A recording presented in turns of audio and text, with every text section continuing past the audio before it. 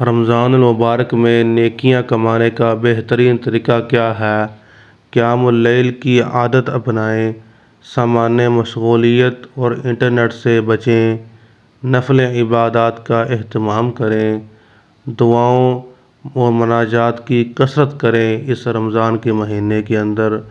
اور اس ماہ رمضان کو کیسے ہم صدقہ بنا سکتے ہیں؟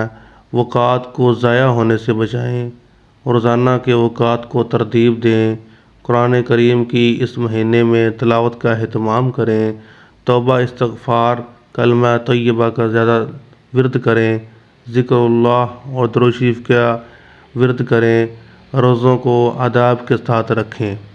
اور اس مہینے کے اندر نشہ والی چیزوں سے بچیں، تہجد اور دیگر نوافل کا اہتمام کریں، اعمال رمضان کے مسائل کو سیکھیں، صدقہ اپنے ہاتھ سے دینے کی عادت ڈالیں، مساجد میں زیادہ وقت گزاریں، بلا ضرورت بازار جانے سے پرہیز کریں، اپنے گھر اور احباب کو رمضان کی اہمیت بتائیں، اور گالی گلوچ بد اخلاقی سے بچیں۔